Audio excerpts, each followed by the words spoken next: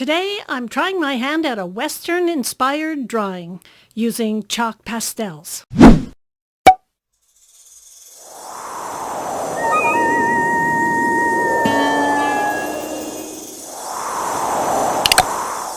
Draw. Okay. Yep, don't move. After doing a very light sketch of a cowboy on a horse, I went in with the chalk pastels and I started with a yellowy beige color.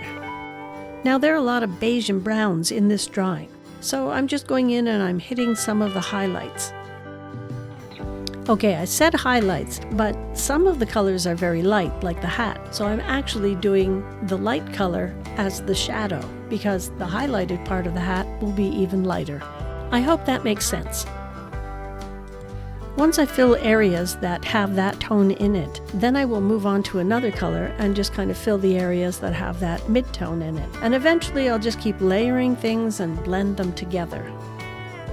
As I add in darker tones, I start to realize how different using a textured paper is. The few times I've done these kind of pastels, I've used tone tan paper from my Strathmore sketchbook. But this time I'm using a Strathmore pastel paper, and I'm not sure I like it. I find it harder to blend the colors without having the white of the paper showing through all the time. I have to admit I much prefer using oil pastels than the chalk pastels.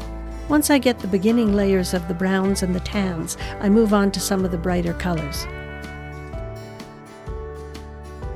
At this point, I'm just going to layer in some colors, and then I will try to blend them in, and then I'll go back and add in the lightest highlights and the darkest shadows.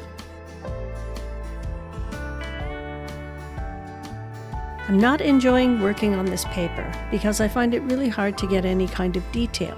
Perhaps if I were working on a much larger piece, then it would be easy to get these chalk pastels in to get smooth lines, but I'm finding it quite frustrating.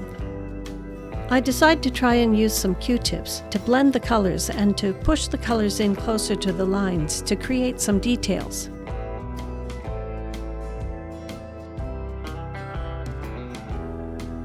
And now I'm blending with my fingers. Unlike oil pastels where you can layer them on top of one another and the creaminess of the oil pastel blends them together, I'm finding that I really need to use either a blending stump or my fingers.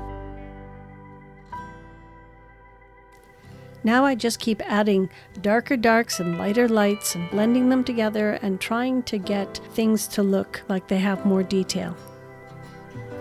As I'm getting close to finishing the cowboy, I start to wonder, should I have done the background first? Yeah, maybe. If I had planned this out better, I could have had a more detailed background, but we're just going to skip to the end so you can see the cowboy with the background that I have. You can support my channel by subscribing so YouTube will share my videos with more people. If you enjoyed this video, please give it a thumbs up. And if you ring that bell, you'll be notified every time I post a video. Thank you for watching.